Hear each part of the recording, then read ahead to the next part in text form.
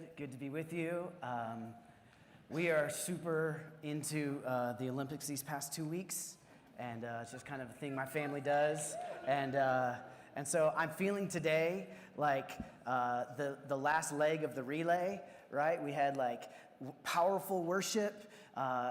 We had Kenny leading us in intercession, Amy preaching the announcements, and now I feel like don't screw it up, don't screw it up, the last leg of the relay, let's go.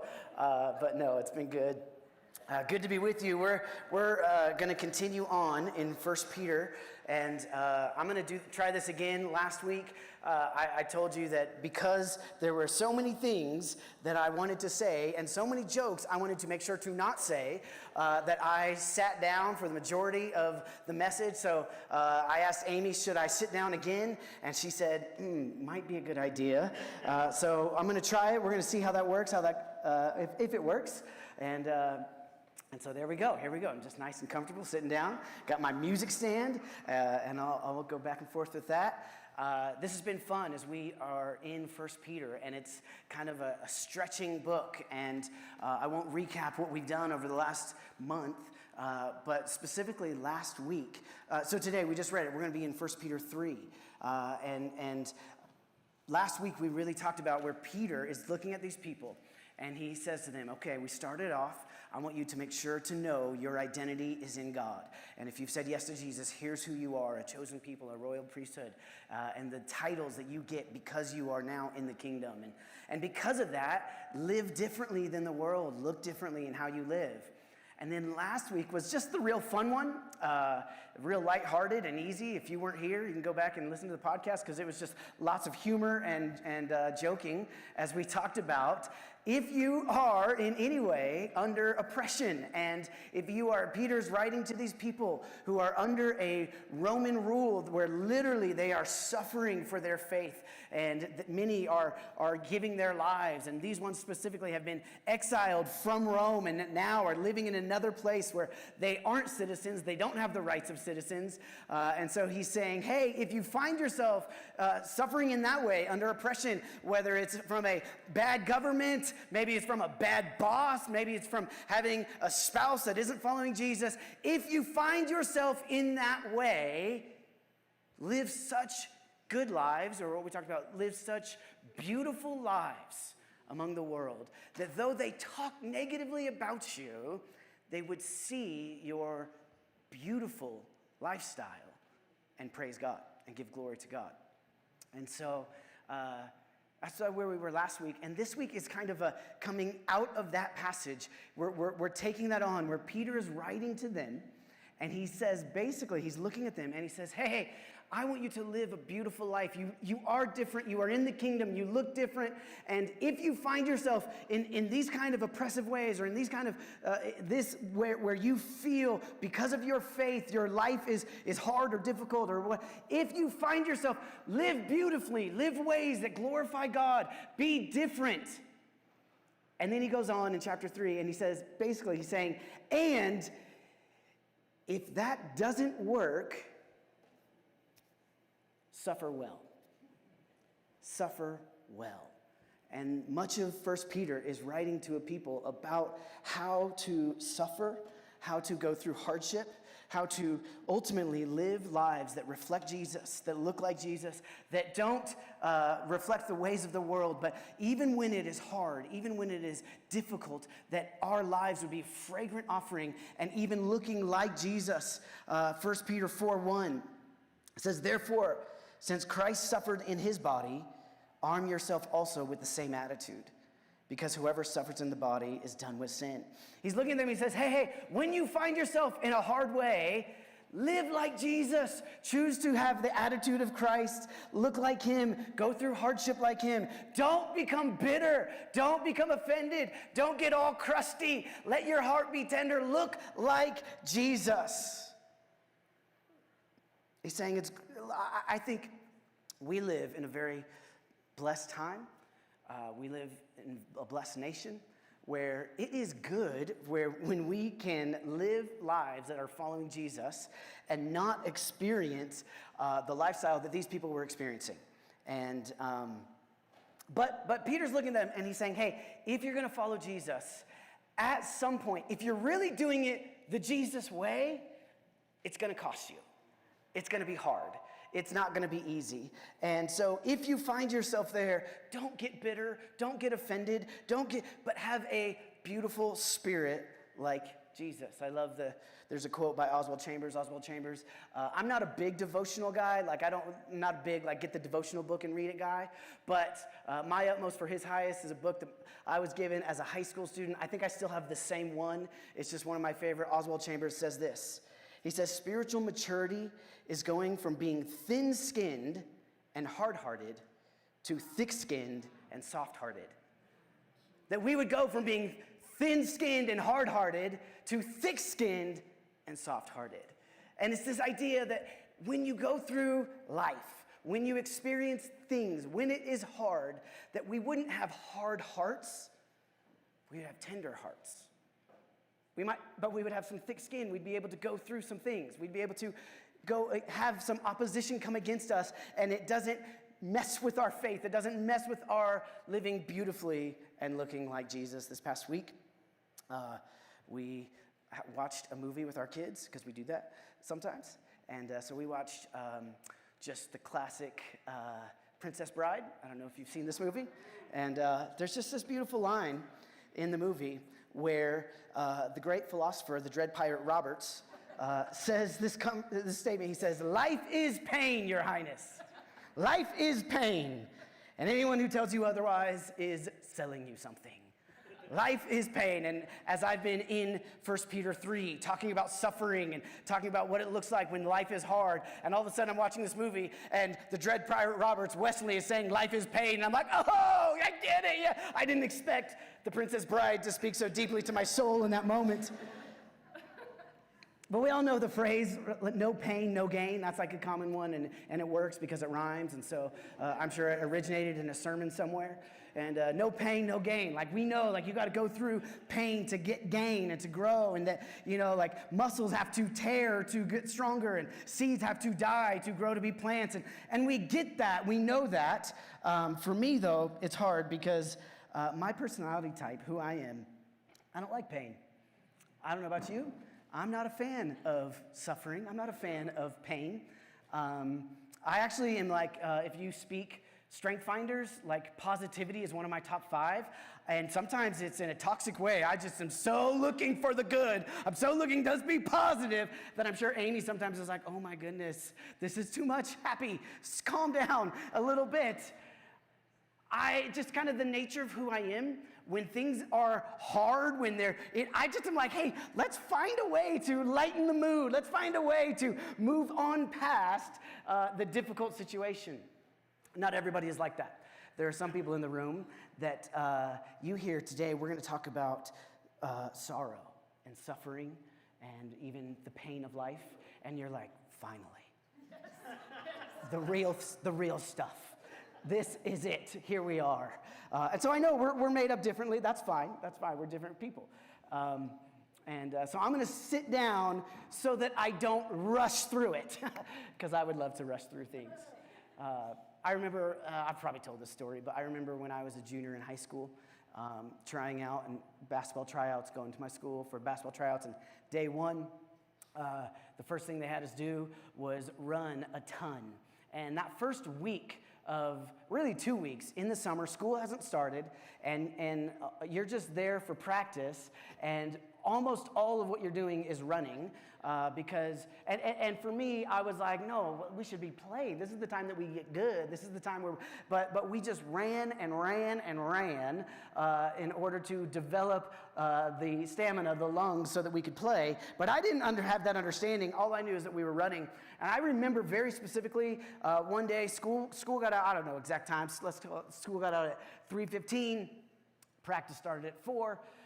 And I was of the type that sometimes, I forgot things like to bring a lunch to school.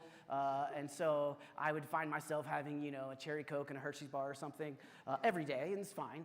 And so school was over, and I was like, man, practice starts in 45 minutes. I should go get something to eat, because I shouldn't practice on an empty stomach. Like, we're about to run a ton, and I shouldn't do that on an empty stomach. And so I drove to a very great establishment, 7-Eleven, and I went and got a very nutritious meal of licorice and soda. I was a junior in high school. Like, this is who it was, right? And so then I get to practice, and we start running. And it did not take long for me to run before the nutritious meal that I had just consumed satisfied me again. And I enjoyed it a second time. A little less this time, though, right? And there was some pain, but the moment was our coaches had us running, and I remember like looking at my coach, and if some of you might relate to this, but like at the end of practice, when they just have you running lines, and you're running and running, and they just say this phrase, again, do it again. And I looked at them every time, and I was like, why don't you do it again? You couldn't do this. If you can't do it, why do I have to do it? But it was for our good, right? Like they knew, like, we got to get this. And if we're not in shape, if we don't have the lungs for this, then we're not going to be good at this. And so there was an element where our suffering, our pain was in order to get gain. And so I think that sometimes our suffering, what we go through, the pain, is part of the process. And though, again, going back to different personality types, some of you maybe are like, oh, I didn't come here this morning to talk about the painful parts of my life. I didn't come here to think about the parts that I've gone through in life that have been difficult and painful. And so I don't know that I'm really comfortable. And if that's true, if that's you, welcome. Me neither. But the thing is that one of the unique human experiences is that life is pain, Your Highness. And anyone who tells you otherwise is selling you something. We do all experience pain in some way. We all experience suffering in some way. And Peter writes a lot to these people about suffering and how to suffer and what it looks like when you find yourself in a bad way, going through hardship, when you find yourself in a painful situation, how are we to respond? And so we're going to talk about that a little bit today. And I think it naturally, if we start to go, whatever language you want to put on it, whether it's pain, whether it's suffering, whether it's evil, it brings up questions within us, naturally. The question of, if I'm here, and we've been singing these amazing songs about who God is, and how good he is, and how he is king, and he is sovereign, he's over all. But if that's God, if he is good, if he is powerful, if he is alive, why do bad things happen? And why, we even prayed it earlier, like, why don't the prayers always get answered? And why doesn't the healing always happen? And why is there suffering? And why is there injustice? I think this is a natural question for us to have. C.S. Lewis, if you've heard of him, C.S. Lewis, in The Problem of Pain, wrote, he actually, when he was asked to write the book, The Problem of Pain, he says this in the introduction to it, he asked if he could write it anonymously. He said, because if I'm going to write about pain, and I'm going to say the things that I really feel, and people attach it to my name, they're not going to believe that I said it. He said that if I was really to be honest about what I feel about suffering, people wouldn't believe that I said it. But he says this, he says, all arguments in justification of suffering provoke bitter resentment against the author. When we start to talk about, and we start to rationalize, and we start to explain why pain exists, it doesn't really go well for the person explaining it. So here I sit, and we're going to talk about, and even as Peter writes to these people, do you know what Peter doesn't write about? He doesn't write about the existential question of the problem of evil. He doesn't write to them and explain why they're experiencing the bad things they're experiencing. He just says, hey, you find yourself in the midst of pain, and let me write you some stuff. Let me write you a letter to help navigate this so that you don't have to push it down and put on a fake face and smile, and you've said yes to following Jesus, and so that means you're supposed to always be happy and always okay, and so let me give you a way to fake it. He doesn't say that. Nor does he say, hey, just let it all out and overexpress it to anyone at all times. And those that can't actually help you, just let it out. He doesn't say that either. He gives them instruction of how to go through hardship well. And he writes about that. But let's talk about some of those questions, because I do think they're important. Number one, Lewis writes about the question itself when we start to ask about why is there pain? Why is there suffering? Why is there evil? And it's really just this idea where he starts with that even the question itself supposes that suffering is wrong to exist. The question supposes that this shouldn't happen, that if the idea, hey, why does God allow suffering? Why does God allow pain? Supposes that pain shouldn't exist. And if pain shouldn't exist, then it supposes that there is a right and wrong. There is a good and evil. And if there's a good and evil, then it supposes that there is a designer of good and evil, which supposes that there is a designer, which means even the question itself is actually a doorway into meeting God. And so even if you've wrestled in your own life, why am I going through this? Why am I experiencing this? That's actually an invitation from the Lord to say, yeah, keep asking. I'll tell you, I'll talk with you. Come on. There is right, there is wrong, there is injustice.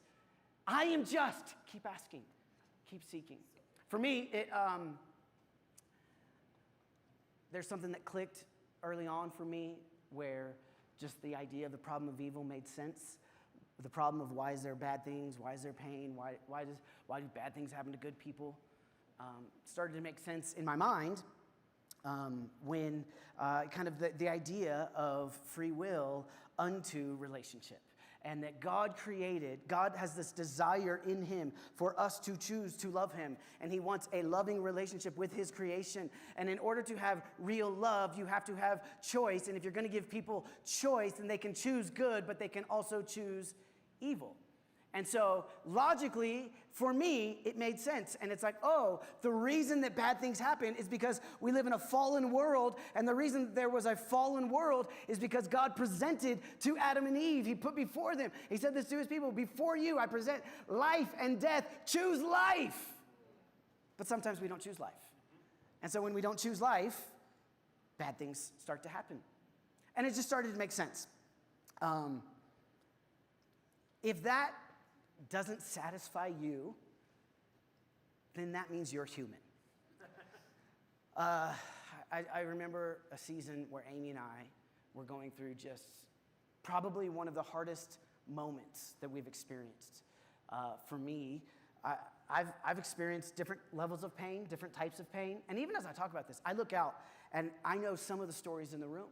And it would be easy for me to belittle what I've experienced because I see other people's experiences and I'm like, well, I haven't experienced what you've experienced. And I don't know if you have that temptation ever. It's kind of, for me, it's kind of like the picture of, I'll talk about another painful moment. I broke my wrist one time. We won't talk about it long, but, I go to the doctor, right? And when I go to the doctor, if you've ever been to the doctor in a crisis moment like that, they have this little poster on the wall of a 1 to 10, and the 1 is like a crying face, and a 10, no. A 1 is a smiley face, and a 10 is like an angry pain face, and they're like, give us the number of pain that you're in.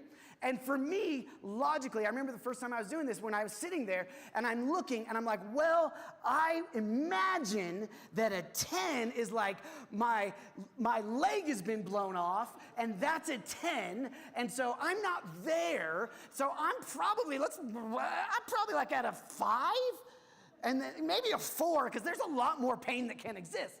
And they looked at me and they said, no. Don't think of all the pain that could exist in your life. What level of pain have you experienced? And I was like, 10. This is a 10. We're at a 10 right now. And so even as I talk today about this, my guess is that there's going to be moments where you think through painful things that you have experienced or are experiencing.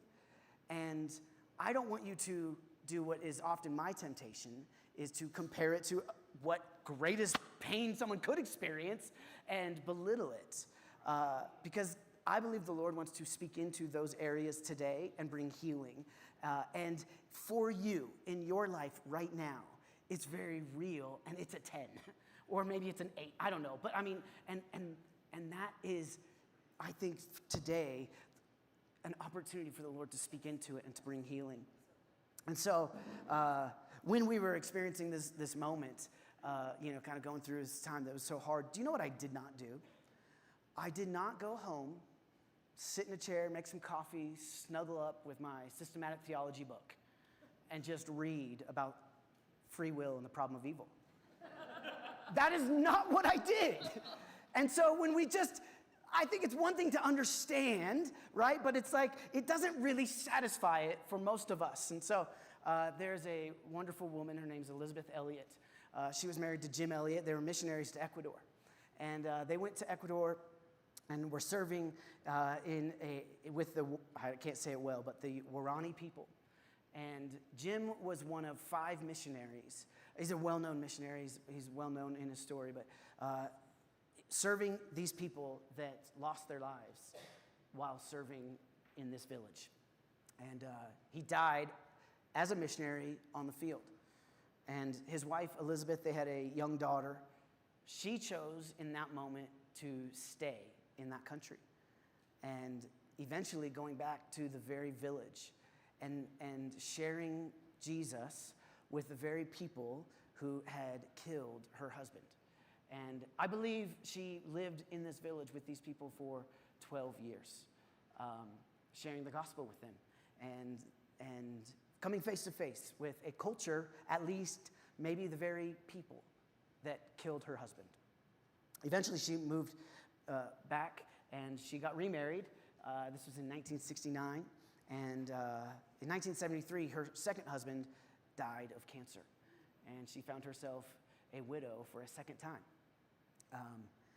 I would talk about Elizabeth Elliot as someone who is acquainted with grief, who has probably experienced some suffering and being familiar with pain. And she says this in her book, Suffering is Never for Nothing.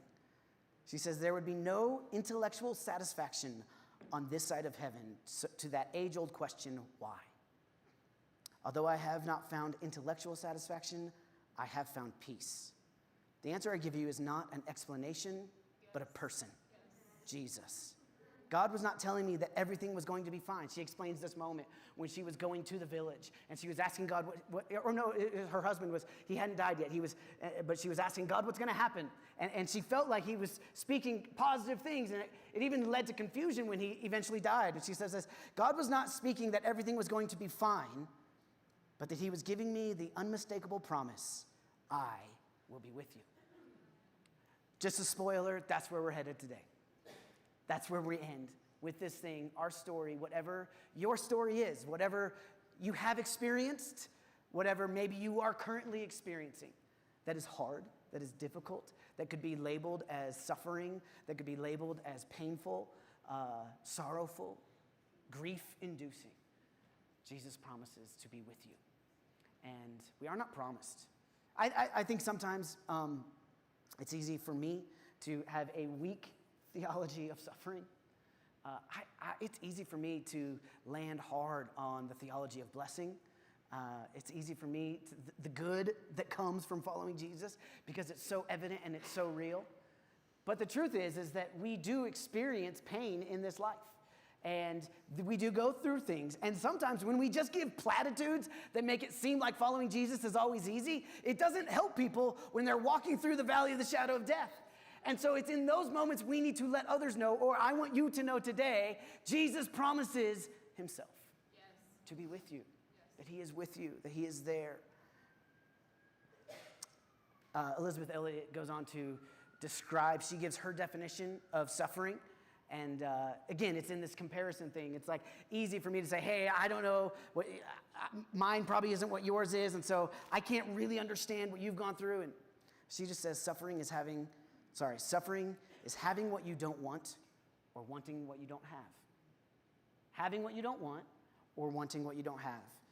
And I think most all of us are probably somewhere there today.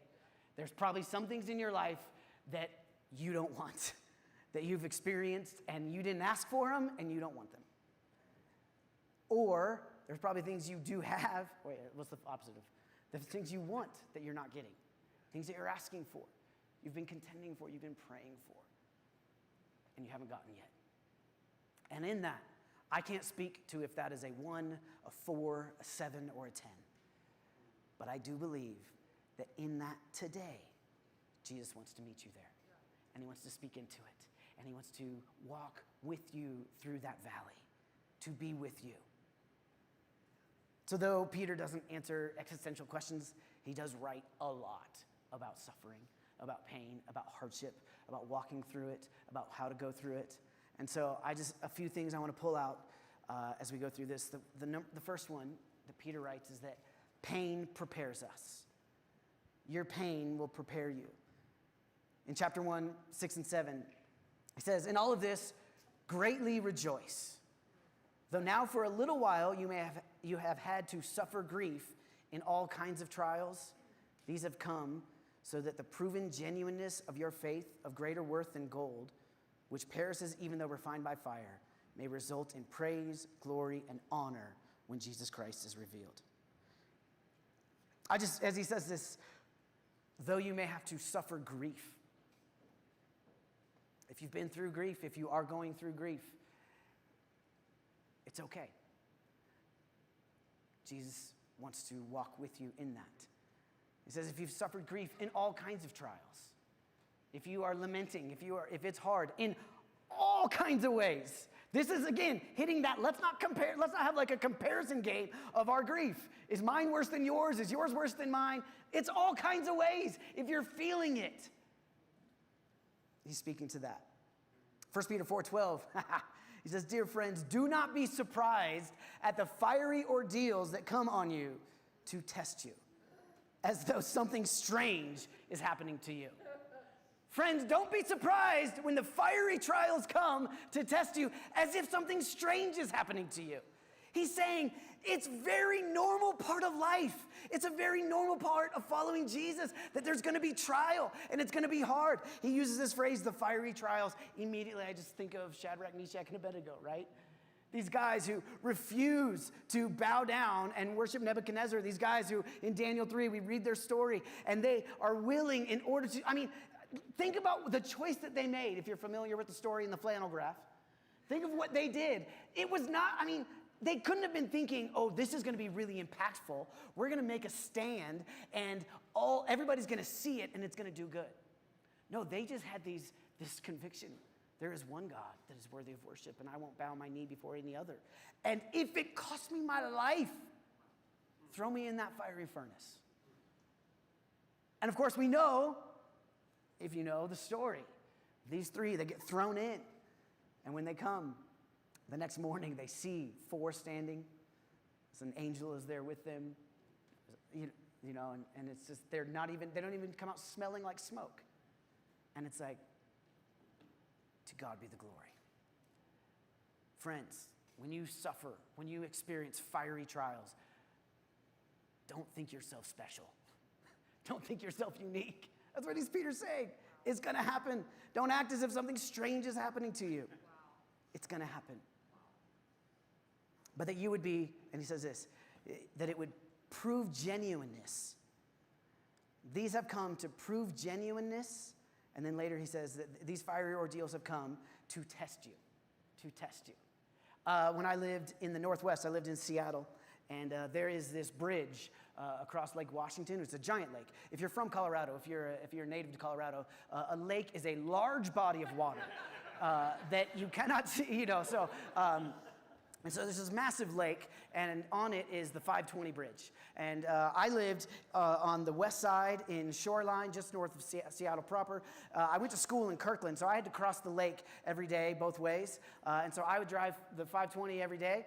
And this bridge was a little bit unique because it is a giant concrete floating bridge. And so they structured it so that it floats on Lake Washington. And so they have giant, I don't even know how they did it, but they did. And so I trusted them. So you're on this lake or you're on this bridge driving across it.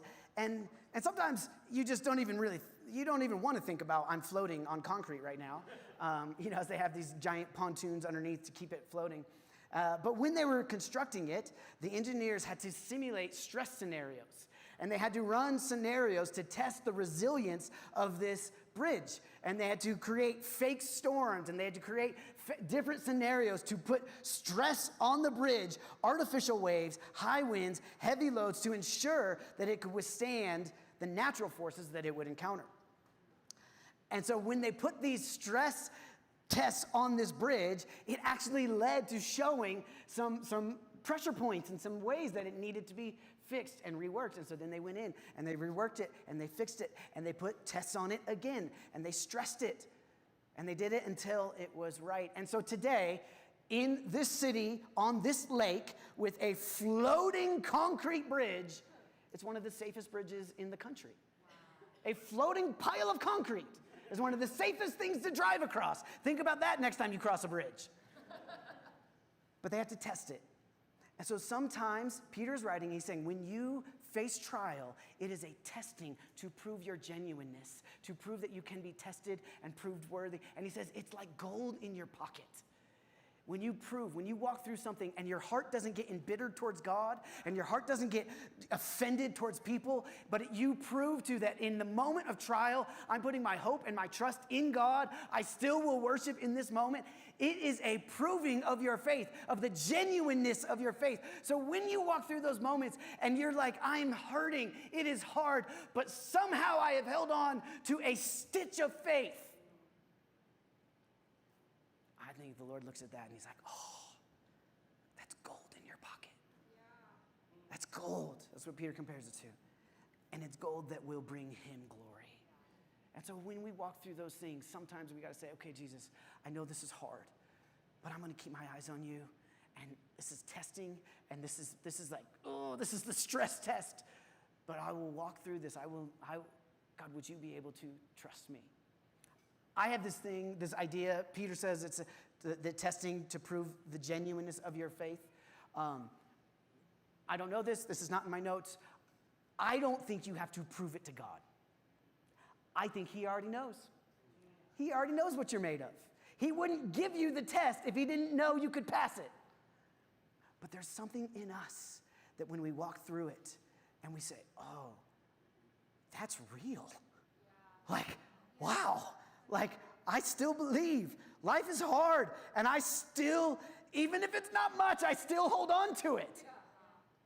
Oh, I kind of thought I would have pieced out by now. If you had told me that this would happen to me, I would have said, yeah, I couldn't withstand that. The testing is actually, I believe, for your own assurance. Oh, I'm the real deal. Like I said yes to Jesus, and I actually mean it. Okay. And then he uses it. Paul writes about the Lord using our hardships to bless others and to minister to others.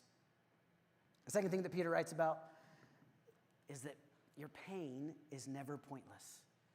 It's never for no reason. Verse 13, chapter 3, verse 13 and 17. But even if you should suffer for what is right, you are blessed. Verse 17, for it is better, if it is God's will, to suffer for doing good than for doing evil.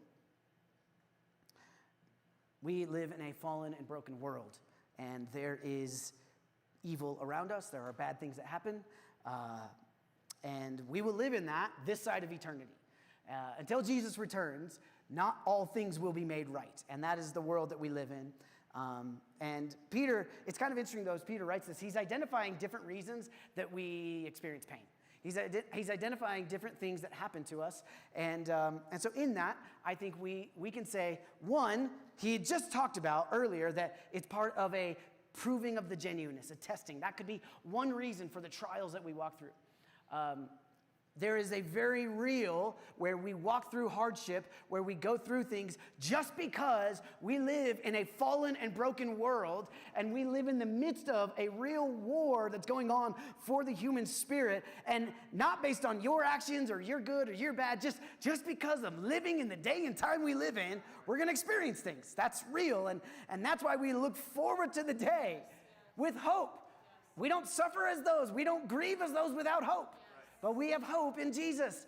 So we look forward to that day. But then he really writes about it. I just find this interesting. He says, it is good, it's better, if it's God's will, to suffer for doing good than to suffer for doing evil. Here's what he's saying. You suffer for both reasons. And so it's interesting to me, even here, he talks about that when we suffer for doing good, that we are blessed. But then he goes, it's better to suffer for doing good, right, than for doing the beautiful acts than for doing evil. And I just find that like just real, that not all pain that happens in us is because we just so look like Jesus. You know, Jesus said, yeah, of course they'll hate you. They hated me first. And we love that verse, right? Sometimes they hate us just because of us. Sometimes it's not because we look like Jesus. Sometimes it's because we look like us. And that's the problem. And so it's our own decisions. It's our own disobedience. It's our own actions that actually bring pain and suffering in our lives. And then we're like, oh, I'm just suffering for Jesus. No, you're not. You're suffering for you. And I got lots of stories about this, right? This was like, when it comes to illustrations, this is the easiest one to come up with illustrations. When Aiden was maybe 3 years old, right? He did the classic. I mean, this is like so classic you think I'm making it up, but we lived it, where we tell him, don't touch the stove. And he, in all of his 3-year-old wisdom, just, and his hand is burned, and we wrap it in ice, and I'm looking at him like, hey, this is a thing called natural consequences. Let's talk about it. You don't have to be spanked for this one. You don't have to go to your room for this one. You just learned on your own. Look at that. Natural consequences. He's probably around the same age, and Amy was driving at her typical speed, and all of a sudden she gets pulled over, and the police officer walks up, and Aiden from the back seat says, oh, mommy's getting consequences. It's just what happens. It's just what happens. I mentioned it earlier. There was a time in my life, not too long ago, praise God, it was long enough now, where I was on a basketball court with some younger men than I, and I attempted to do something that at that stage in life I should not have attempted to do, which left me in my pride and arrogance with 2 broken wrists. Natural consequences. These things happen. And so there are things that I didn't break my wrists and go home and think, oh, the devil's getting me. I didn't do it. I'm just telling you. I went home and I was like, oh, why did I do that? I'm such an idiot. Why did I think I could do that? You know, like, it's just, there's things. I wasn't like, oh, again, give me that systematic theology book. This will really help me here. No, it's just, I gotta, and the real truth is that those next 6 months, Amy was the one who suffered, as she was now a single mother of 2. And so we do things out of our own immaturity, out of our own rebellion sometimes, out of our own decisions, out of our own disobedience that lead to hardship. I can't say what the reason is for all of the things, but we do experience them. And yet still, in the hardship you face, God promises to be good and to use it. I believe even when whatever the category of the what caused this, he still says, I can use that. Genesis 50:20. You meant evil against me, but God meant it for good. Romans 8:28, we know this one. And we know that in all things, God works for the good of those who love him and have been called according to his purpose. Whatever you may have walked through, whatever you may be walking through now, God can use it for your good and for his glory. Like, that's how good he is. There is no situation that you can face. There is no hardship that you can go through. There is no pain too big that he cannot use it for your good. And then ultimately for his glory. Like, what? That's how good he is. He's pretty good at what he does. He's like pretty good at that whole Redeemer thing. That's who he is. Most of the suffering that we see in the New Testament is talking about the pain that is happening because people are going against the current of the world. Because of their doing good works in a dark world. And this pain will come when we go against the current, the tide of how the world wants to live and the way that the world would want to define success or to get ahead or what makes you significant or how to find identity. And when we start living differently, you will experience opposition. Like, if you said yes to Jesus, you're going to look different than your coworkers. And they might think you're weird. And in their thinking you're weird, they might say bad things about you. And then what Peter's saying is, keep living a beautiful life and endure that. And it will, in time, they'll be, oh, yeah, that guy's really weird. Ryan, he's a weird one. But have you ever noticed, like, his life is put together? Have you ever noticed, like, he has a good marriage? Weird. He's even more weird than I thought. There is opposition. This is Peter here. Again, he's saying, when we endure hardship, because we look like Jesus, because we are living such good lives. So this isn't the moment where he's saying, because you look like yourself. He's saying, when you look like Jesus and you endure hardship, consider yourself blessed. I love how much Peter keeps calling back to the Sermon on the Mount. He keeps going back. Oh, this is what Jesus said in Matthew 5. Blessed are you when people insult you, persecute you, and falsely say all kinds of evil against you because of me. Rejoice and be glad, because great is your reward in heaven. For in the same way they persecuted the prophets that were before you. When they insult you, when they persecute you, when they slander you because of me, you are blessed, and God will bless you. When we live beautiful lives, when we live in a way that glorifies Jesus, that looks like Jesus, it doesn't go for nothing. And he promises, even in that, you will be blessed. He turns it around, Romans 5, 3 to 5. But we rejoice in our sufferings, knowing that suffering produces endurance. Right? This is me at basketball practice. This is creating endurance. Endurance produces character. Character produces hope. Hope does not put us to shame, because God's love has been poured into our hearts through the Holy Spirit who has been given to us. It's part of our process. It's part of God can use and does use every hardship we face to work in us, that we would look more like him, that we would have greater endurance, that we would live with high character, that we would have hope. Paul is writing here, rejoice in your hardship. That is weird. Yeah. We're supposed to be weird. We're supposed to look different. Rejoice when things are hard. I'm not saying that God causes the pain. I'm saying that God is good, and he is smart, and he is powerful, and he can use it all. I want to read from Elizabeth Elliot again. This is again after she lost 2 husbands. There have been some hard things in my life, of course, as there have been in yours. I cannot say to you that I know exactly what you are going through, but I can say that I know the one who is, or that I know the one who knows. And I've come to see that it's through the deepest suffering that God has taught me the deepest lessons. And if we trust him for it, he can come through to the unshakable assurance that he is in charge. He has a loving purpose, and he can transform something terrible into something wonderful. God will use whatever you have walked through, whatever you might currently be walking through.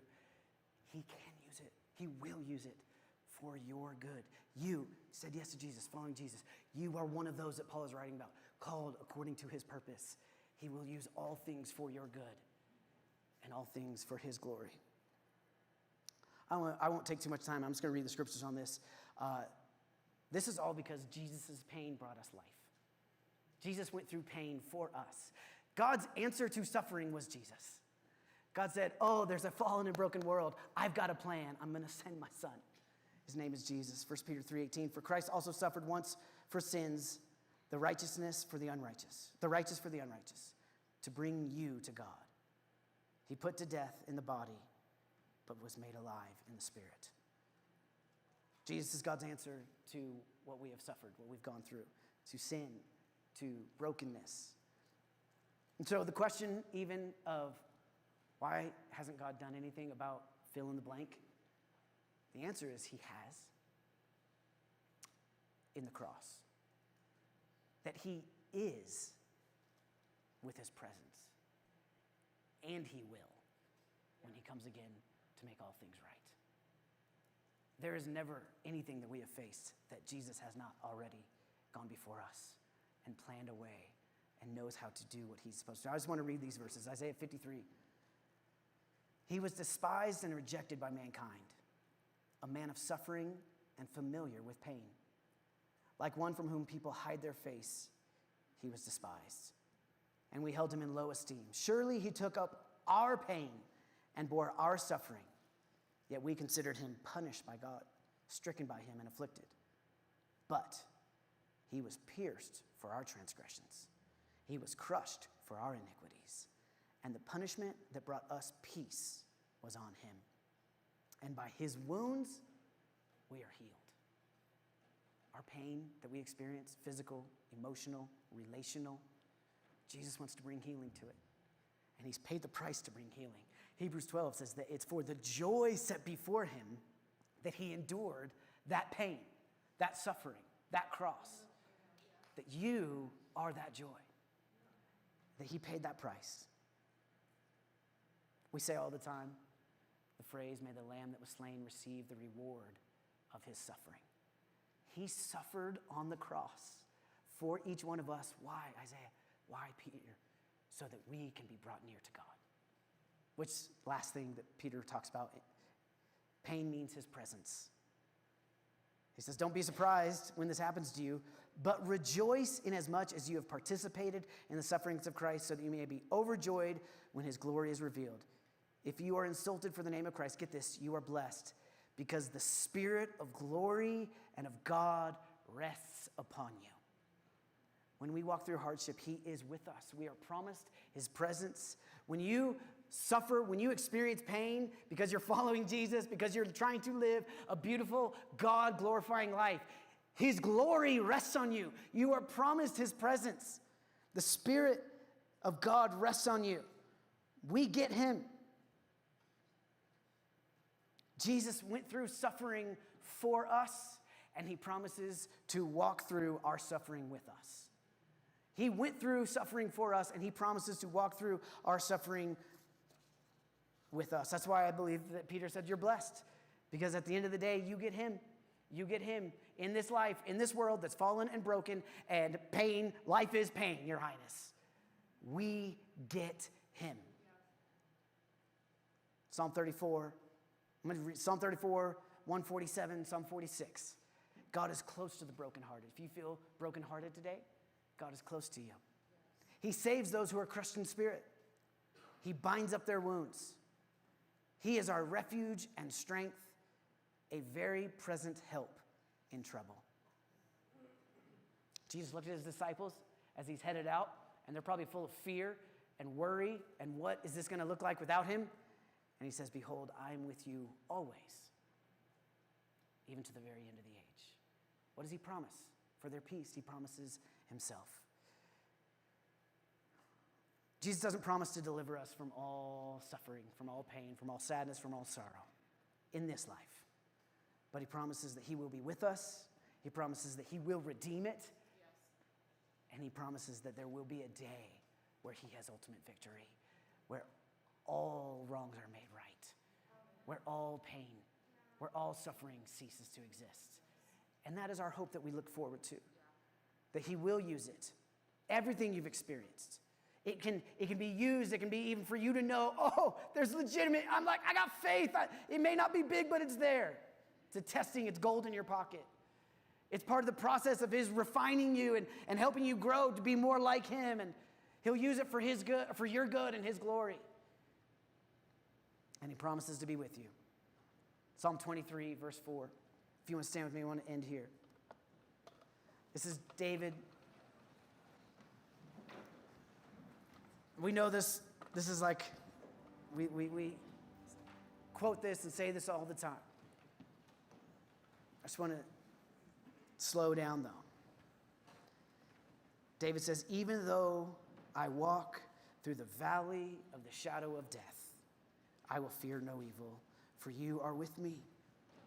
Your rod and your staff, they comfort me. Later on, he goes to say, and surely goodness and mercy will follow me all the days of my life.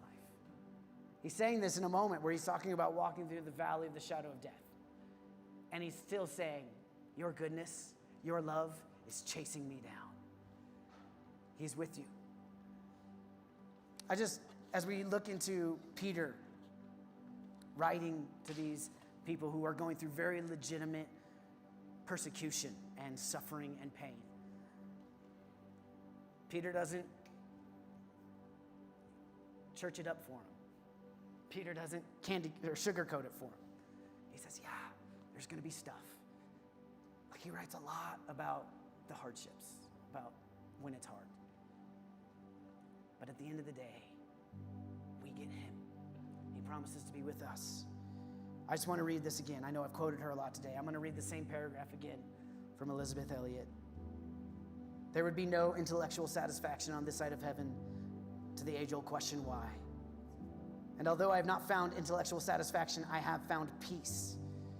The answer I give you is not an explanation, but a person, Jesus. God was not telling me that everything was going to be fine, but he was giving me the unmistakable promise, I will be with you. Can you let Jesus today speak to the places where he needs to say, I'm with you. I will be with you. Peter closes out in chapter 5, towards the end of his letter. Verse 6 and 7, therefore, humble yourselves under the mighty hand of God, that he may exalt you in due time. Verse 7, casting your cares upon him, because he cares for you. The cares, the burdens of this life, the things that we carry. Peter says, hey, those things that have been hard, those worries, those anxieties, those fears, that pain, cast it on him. Why? Because he cares for you, because he loves you, because he's for you, because he can use it for your good, because he will use it to advance the kingdom, because he cares for you. Cast your cares on him. Jesus, I thank you today that you care for us and that you do not leave us in the pit. You do not leave us in the sorrow. That on good days and on bad days, when life feels blessed and when life feels hard, you promise to be with us. You promise to be near us. You have gone before us. You promise to never leave us.